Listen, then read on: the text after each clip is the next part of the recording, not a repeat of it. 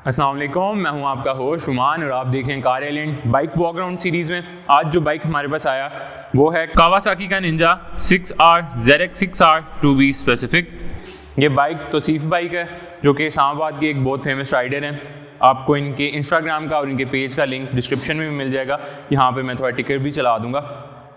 तो बाइक का walk around start करने से पहले थोड़ी सी इन्फॉर्मेशन मैं आपको निंजा, स्पेसिफिकली निंजा जो इसका ब्रांड है, जो इसका ये जो कावासाकी का ब्रांड आ रहा है निंजा, इसके बारे में आपको मैं थोड़ी सी इन्फॉर्मेशन देता हूँ कि निंजा जब लॉन्च हुआ था 1984 में तो ये बेस्ड कर रहा था ZX सीरीज़ के ऊपर और ZX 9R बेसिकली पहला निंजा बाइक था।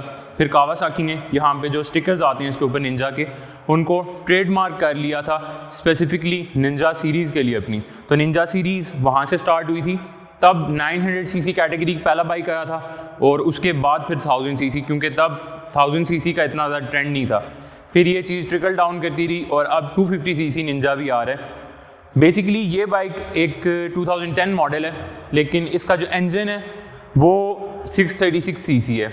इसके इंजन को स्पेसिफिकली चीटर मोटर भी बोला जाता है, क्योंकि 600cc में थोड़ी सी ये डिस्प्लेसमेंट ज़्यादा है इस वजह से, क्योंकि वैसे तो 599cc डिस्प्लेसमेंट होनी चाहिए, लेकिन कावासाकी ने इस मोटर को रोड लीगल करने के लिए 636cc पे इसको ले गए थे। तो आए चलते हैं, इसका वॉक अराउंड करते हैं, इसके स्पेक्स और फीचर्स वगैरह देखते हैं और फिर तौसीफ भाई से थोड़ा सा इसका ओवरव्यू लेते हैं कि क्या चीज़ें थी जो उन्होंने इतनी पसंद की जिस वजह से वो R6 से शिफ्ट किया उन्होंने इस बाइक के ऊपर। बाकी थोड़ा सा उनसे पूछेंगे कि उनके पास और कौन कौन से बाइक्स हैं और इंशाल्लाह उनके मज़ीद बाइक्स की भी वीडियोस हम लेके आएंगे। आए चलते हैं, वॉक अराउंड देखते हैं। स्टार्ट करते हैं हम अपना वॉक अराउंड इस बाइक की लुक्स से। लुक्स काफ़ी ज़्यादा सिमिलर हैं इसकी R6 से, ख़ास तौर पे ये फ्रंट एंड जो इसका है। इस वीडियो को हम डिवाइड करते हैं 3 पार्ट्स में। सबसे पहले इसकी लुक्स, फिर इंजन और फिर इसके बाद इसकी टेक्निकल स्पेसिफिकेशंस। फ्रंट में आप देखें तो आपके पास रिट्रैक्टेबल मिरर्स आते हैं, जिसमें नीचे यहाँ पे 2 हेड प्रोजेक्टर लैंप्स हैं जो कि आपको R6 से काफ़ी ज़्यादा सिमिलर हैं। और जैसे वो मूवी है how to train your dragons, उसमें जो ड्रैगन आता है उससे भी बहुत ज़्यादा सिमिलर है। तो उसके बाद फ्रंट एंड में आपके पास इसमें जो मेन बेसिक जो कलर थीम रखा गया है वो ब्लैक और ऑरेंज है। इसमें ग्रीन कलर आता था जो कि निंजा का एक सिग्नेचर हुआ करता था, ग्रीन कलर। उसके बाद फिर ये कलर स्पेसिफिकेशन आई थी, एक कंप्लीट ब्लैक भी आता है और अब तो ये बाइक्स कार्बन में भी आ रहे हैं। फ्रंट से ये बाइक काफ़ी ज़्यादा ब्रॉड है और फिर पीछे आके ये काफ़ी स्लिम हो जाता है ये बाइक। और ये है कि एक कंप्लीट सुपर स्पोर्ट बाइक है। आप इसको स्पोर्ट्स बाइक नहीं कंसीडर कर सकते, क्योंकि ये बाइक 2009 का तकरीबन हर मेजर मैगज़ीन का शाउट आउट जीत चुका है और ये ट्रैक पे R6 को, जिक्सर को, सबको पीछे छोड़ चुका है। लुक्स में आप अगर रेयर पे आएँ तो आपके पास यहाँ पे इसमें टेल टाइड ही लगा हुआ है, इसी में इंडिकेटर्स भी माउंटेड है और फिर एक बड़ी स्लिम सी ब्रेकिंग लाइट है। उसके बाद आपको इसका ये बड़ा खूबसूरत सा फ्रेम नज़र आता है जिसके साथ इंजन माउंटेड है। फ्रेम के बाद फ्रंट पे इसके फेयरिंग्स हैं और इसमें उस वक्त हाफ फेयरिंग आता था जिसमें आपके ये एग्जॉस्ट हाउस हो रहे हैं। 4 इसमें से 4 सिलेंडर बाइक है तो इसमें 4 सिलेंडर हेड्स और 4 ही एग्जॉस्ट हेड्स बाहर आ रहे हैं।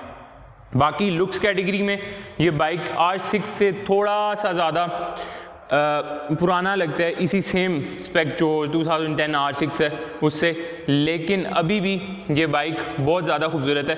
वैसे एक चीज़ ये है कि पाकिस्तानियों को R6 बहुत ज़्यादा अपील करता है, जिक्सर बहुत ज़्यादा अपील करता है, लेकिन इन बाइक्स की तरफ लोग बहुत कम आते हैं। ये हम वजह पूछेंगे तौसीफ भाई से कि क्यों वो इस बाइक की तरफ स्पेसिफिकली आए, वो R6 की तरफ क्यों नहीं गए। लुक्स के बाद दूसरी चीज़ जो आती है इसका इंजन है। इंजन मोटर इसकी बड़ी ख़ास है। कावासाकी फेमस रहा है अपने इस इनलाइन 4 सिलेंडर इंजन के लिए। ये engine dual overhead cam 16 valves 4 stroke engine है जो कि आपके पास प्रोड्यूस कर रहा है तकरीबन 131 हॉर्स पावर और उसके बाद 71 न्यूटन मीटर टॉर्क। इस इंजन को स्पेसिफिकली चीटर मोटर भी बोला जाता है। चीटर मोटर इस वजह से क्योंकि ये इंजन 600cc कैटेगरी में ये 36cc ज़्यादा था उस वक्त के लिहाज से, तो इस वजह से इसे चीटर मोटर भी बोला जाता है। इसमें ये एक ख़ास चीज़ ये है कि ये इंजन आपके पास जो हॉर्स पावर और टॉर्क बना रहा है वो उस वक्त के 600 कैटेगरी से थोड़ी सी ज़्यादा थी, जिस वजह से ये जिक्सर 750 के साथ भी टैकल करता था उसको ट्रैक के ऊपर। बाकी अगर आप इसकी ट्रैक परफॉर्मेंस देखें तो ये R6 से और जिक्सर से बहुत ज़्यादा बेहतर है और ये रोबस्ट बाइक है बहुत ज़्यादा। ये अगर आप इसको क्रैश भी करते हैं तो ये, जैसा कि कुछ फोरम्स में मैं पढ़ रहा था कि अगर किसी ने ये बाइक क्रैश भी किया है तो क्रैश 4-5 क्रैशेज तक ये बाइक चला है, इसमें कोई मेजर डैमेज नहीं हुआ, ये इतना क्रैश बर्दाश्त कर सकता है। बाकी इंजन इसका ऑयल कूल्ड है, यहाँ पे इसकी रेडिएटर ग्रिल है, ऑयल कूल्ड इंजन है, वेट सम्प, और इसमें स्लिपर टाइप क्लच आता है। स्लिपर टाइप क्लच आपको खास तौर पे जब आप डाउन शिफ्ट करते हैं उनमें बहुत ज़्यादा असिस्ट करता है, और जब आप इंजन ब्रेकिंग कर रहे होते हैं उन सारी चीज़ों में। एक और ख़ास चीज़ इस इंजन के बारे में कि ये इनलाइन 4 सिलेंडर इंजन है तो ये साउंड बहुत मज़े की करता है। ये बाइक्स अपने साउंड की वजह से बिका करते थे, और अभी कावासाकी ने, जैसे इनका ZX250R आ रहा है तो उसमें भी साउंड तकरीबन इसके सिमिलर ही है। कुछ चीज़ें जो कि इन बाइक्स की ख़ास हैं, इसमें एक चीज़ कि आपके पास स्टीयरिंग डैम्पर आता है। स्टीयरिंग डैम्पर में ये होता है कि अगर आपके पास अचानक से कोई खड्डा वगैरह आ गया तो उसमें आपका हैंडल एकदम राइट या लेफ़्ट एकदम नहीं जाता। ये स्टीयरिंग डैम्पर ऑल इन का लगा हुआ है, जैसे कंट्रोल कर लेता है। बाकी अगर आप इसके हैंडल बार्स में देखें तो आपकी स्विच असेंबली काफ़ी नीट सी है। इसके अंदर यहाँ पे इसका किल स्विच है, फिर इग्निशन है, और राइट साइड के ऊपर इंडिकेटर, लाइट और ये लैप का बटन है। अगर आप इसको ट्रैक पे लेके जाते हैं, ख़ास तौर पे बाइक्स ट्रैक के लिए ओरिएंटेड होते थे, तो आप इसे ट्रैक पे लेके जाते हैं तो यहाँ से अपना लैप टाइम स्टार्ट कर सकते हैं।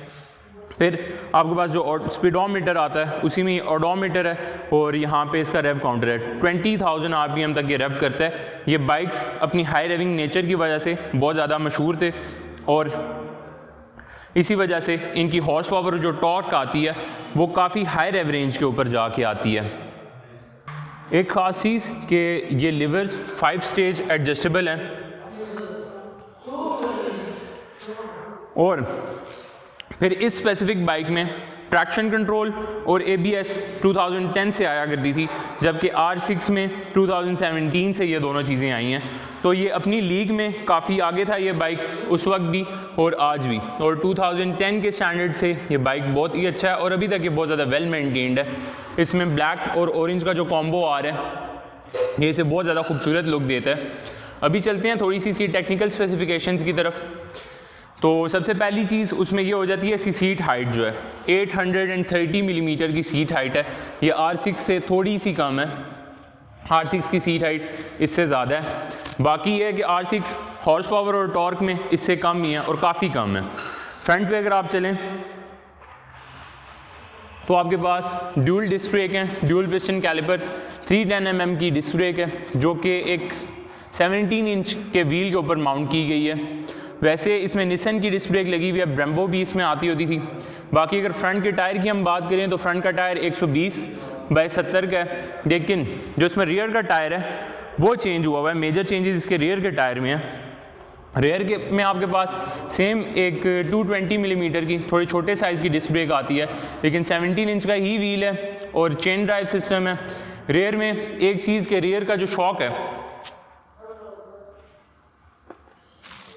ये जो शॉक है ये इसमें लिंक माउंटेड मोनोशॉक है जो कि गैस चार्ज के साथ आता है। आसान लफ्ज़ों में मैं आपको बताऊं तो एक एडजस्टेबल मोनोशॉक है बस, और इसका ट्रैवल तकरीबन 134 mm तक है। जबकि फ्रंट वाले जो फोक्स हैं ये इन्वर्टेड फोक्स हैं, जिसे आप अपसाइड डाउन फोक्स भी बोलते हैं, लेकिन ये फोक्स 120 mm के ट्रैवल के साथ आते हैं। इस बाइक की जो सस्पेंशन है वो बड़ी ख़ास है क्योंकि इसका ट्रैवल जो है रेयर का भी और फ्रंट का भी वो काफ़ी अच्छा है, और इस बाइक की राइड को बहुत ज़्यादा कंफर्टेबल बनाता है, ख़ास तौर पे पाकिस्तानी रोड्स के ऊपर, क्योंकि इसका जो ट्रैवल है सेम यही ट्रैवल क्रूज़र्स में भी आता है। इवन के जो क्रूजिंग बाइक्स हैं उनमें 120 mm का ट्रैवल आता है, लेकिन R6 इसके मुकाबले में थोड़ा सा रफ़ फील होता है और यहाँ की रोड्स के लिए इतना ज़्यादा सूटेबल नहीं है। आगे चलते हैं, अभी इस बाइक को स्टार्ट करते हैं और इसका साउंड सुनते हैं, और फिर उसके बाद तौसीफ बाइक से थोड़ी सी इसकी टेक्निकल स्पेसिफिकेशंस और वो चीज़ें पूछेंगे जो हम आपको बताना भूल गए हैं।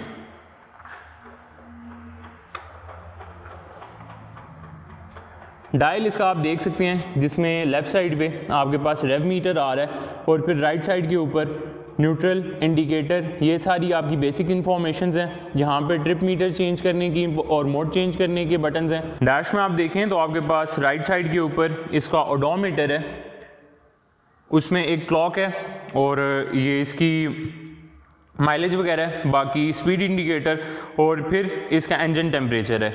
स्पीड इसका एक मेजर कंसर्न है। ये बाइक तकरीबन केपेबल है 299 किलोमीटर पर आवर तक जाने का, लेकिन इसके जो ओनर हैं वो इसको 220 तक लेके गए हुए हैं। बाकी चलते हैं, इसका स्टार्टअप करते हैं और इसका साउंड सुनते हैं अभी।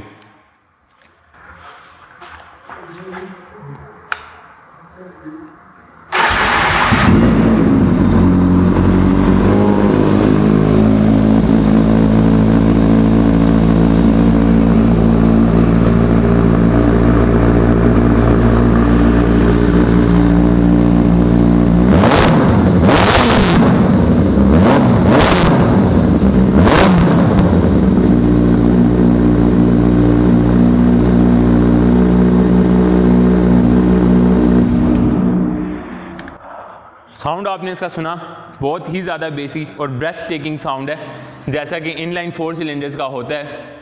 साउंड के कंपार्टमेंट में 60 सीसी बाइक्स और ख़ास तौर पे इनलाइन 4 सिलेंडर्स बाजी ले जाते हैं। आए चलते हैं ज़रा तौसीफ भाई से इसका थोड़ा बहुत टेक्निकल स्पेसिफिकेशंस और इसकी ओनरशिप के हवाले से पूछते हैं। तो ये हैं तौसीफ भाई जिनका ये बाइक है। सबसे पहली चीज़ तौसीफ भाई कि आपको ये बाइक किस प्राइस ब्रैकेट में मिला था? जी अस्सलाम वालेकुम। मुझे ये 1625 का मिला था, 16,25,000। ठीक है, तो ये स्पेसिफिकली 2010 मॉडल है या 2010 की इंपोर्ट है? ये 2010 मॉडल है और 16 की इंपोर्ट। 16 की इंपोर्ट है, सही हो गया। तो इससे पहले आपने कौन कौन से बाइक्स ऑन किए हैं?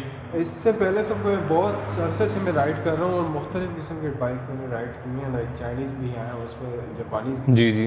और जैसे यामाहा R6 मैंने बहुत अरसा चलाया। अच्छा अच्छा। ट्रैक बाइक में ट्रैक 250 था मेरे पास। ठीक। और R6 काफ़ी ज़्यादा मैंने चलाया, उसमें फैन भी बहुत बड़ा, लेकिन वो R6 चूँकि हमारे पाकिस्तान के रोडों के लिए वो है नहीं। सही। लाइक ओनली वो मैं समझता हूँ कि वो ट्रैक बाइक है, लाइक ठीक है, ट्रेल के लिए। ठीक है। तो ये और उसमें मैं R6 मेरे पास था, वो मैंने सेल इसलिए किया और ये मैंने इसलिए किया कि ये R6 से ये मुझे काफ़ी बेहतर लगा। इसकी कंफर्टेबल भी बहुत ज़्यादा है, रोड ग्रिप भी बहुत अच्छी है और लाइक इसको आप अपनी मर्ज़ी से चला सकते हैं। ठीक है, ऐसे भी है और फ्रेंडली भी है। तो वैसे ये और R6 डायरेक्ट कंपेटिटर्स हैं, तो आपको इन दोनों में क्या फ़र्क नज़र आता है R6 में और इसमें, और कौन सा इनमें से ज़्यादा बेहतर आपको लगा? यार लुक वाइज तो R6 का कोई वो नहीं है, मुकाबला नहीं है। हाँ मुकाबला नहीं है। R6 लोग कहते हैं ये बिगिनर्स बाइक है, लेकिन वो बिगिनर नहीं है और लुक वाइज भी बहुत ज़्यादा, स्टिल मैं उसको R6 को बहुत ज़्यादा पसंद करता हूँ। लेकिन R6 चूँकि थोड़ा सा ज़्यादा एग्रेसिव है, थोड़ा सा कंफर्ट लेवल भी बहुत टाइम से लाइक लॉन्ग टर्म के लिए वो नहीं है, लाइक आप मतलब अब कंफर्ट उसमें इस लेवल का नहीं है। हाँ, बाकी ये है कि ये मैं लाइक R6 अभी भी मुझे पसंद है, लेकिन ये है कि ये थोड़ा सा ज़्यादा लाइक फ्रेंडली भी है और एग्रेसिव भी है। सही। R6 से काफ़ी बेहतर है ये। R6 से बेहतर है कि मैं अभी इसको लेने के बाद मैं समझता हूँ कि मैं चेंज नहीं करूँगा और यही रखूँगा। अच्छा, ये मतलब आपका लॉन्ग टर्म बाइक होने जा रहा है। हाँ, अल्लाह करे ऐसा हो, लेकिन मुझे लग रहा है। वैसे जो आपने बात बोल दी है कि R6 से ये बेहतर है, ये फैन बॉयज़ को नहीं पसंद आनी। हाँ नहीं, आ जाता है ये भी, लाइक R6 का एक नाम है, लोग कहते हैं यामाहा R6। सही। एक्चुअली बहुत सारे लोगों को पता भी नहीं है कि कौन कौन से हैवी बाइक्स होते हैं। हाँ ऐसे ही है। लोग समझते हैं कि बस हैवी साउंड हो और टायर बड़ा हो और थोड़ी सी लुक अच्छी हो तो वो हैवी बाइक है। ऐसे आजकल वो चाइनीज़ वगैरह चल रही है। ये है कि हर किसी को पता है कि यामाहा R6 है। जैसे आजकल सब लोगों को पता है, जो राइडर्स हैं लाइक H2R का पता है, H2R का, क्योंकि वो सबसे लाइक वो एक्सपेंसिव बाइक है। सही। कावासाकी निंजा 636 ये बहुत ज़्यादा लाइक मैं इसका बहुत बड़ा फैन बन सही जब से मैंने लिया है। अच्छा अच्छा। तो इसके बाद अगर आपको इसी प्राइस ब्रैकेट में कोई और बाइक ऑफर हो तो आप उसकी तरफ जाएंगे या सोचेंगे? इसके बाद तो अल्लाह अगर मुझे अगर मेरा बस हो तो जी जी H2R लेंगे। H2 या H2R सही हो गया, ठीक है। बाकी मैं इतना ज़्यादा फैन नहीं हूँ किसी और बाइक। सही R6 का हूँ, लेकिन ऑलरेडी एक्सपीरियंस हो गया तो सही हो गया। तो कि इसका नॉन फॉल्ट जो आप लोगों को बताना चाहेंगे जो ये बाइक लेना चाह रहे हैं या जिन्हें ये वीडियो देख के स्पेसिफिकली शौक होगा कि यार ये बाइक लेना चाहिए? यार ये बाइक बहुत ज़्यादा फ्रेंडली है, ये बिल्कुल ले। और R6 से बेहतर है आप ये बाइक लें। R6 सही हो गया। ठीक है, लेकिन जब आप चलाएंगे आपको जी, बहुत जी। सारी चीज़ों का पता चल जाएगा कि वो it's not easy to ride. अच्छा अच्छा। You can not ride R6 Pakistan, उसको आप सोच समझ के निकालना पड़ता है घर से। अच्छा, ठीक है, सो ये उतनी खतरनाक मशीन नहीं है, ये काफ़ी टेम्ड है। उससे ज़्यादा खतरनाक मशीन है, लेकिन अच्छा। इसकी समझ ऐसी है कि हाँ। इसको आप कंट्रोल कर सकते कंट्रोलेबल है ज़्यादा उससे, सही हो गया। हैं। उसमें R6 आपकी गलती नहीं माफ करता। आप ये बात तो गलती करते हैं राइट पे, तो उसको फिर आपको लाइक उतना ज़्यादा टाइम नहीं होता आपके पास कि ये करूँगा तो ये। अच्छा, उसमें डिसीजन मेकिंग का जो टाइम होता है वो आप बस बहुत कम हो जाता है। बहुत ज़्यादा इसमें स्टेबिलिटी बहुत है। सही। इसमें हर चीज़ लाइक ये इसको आप कंट्रोल कर सकते हैं। बाकी ठीक हो गया। R6 से ये बहुत ज़्यादा बेहतर है, स्पीड में भी, एग्रेसिव भी है। अच्छा अच्छा, और एग्रेसिव में समझता हूँ कि ये उससे ज़्यादा है, सही। कावासाकी S2 लाइक ये ZX3636 600 की कैटेगरी में बहुत ज़्यादा अच्छा है। सही हो गया, ठीक। Thank you so much Tauseef भाई, एक बार फिर से आपका यहाँ आने के लिए। चैनल को ज़रूर सब्सक्राइब किया करें और आने वाली वीडियोस के लिए बेल नोटिफिकेशन को ज़रूर दबाया करें। मिलते हैं अगली वीडियो में, तब तक के लिए अल्लाह हाफ़िज़।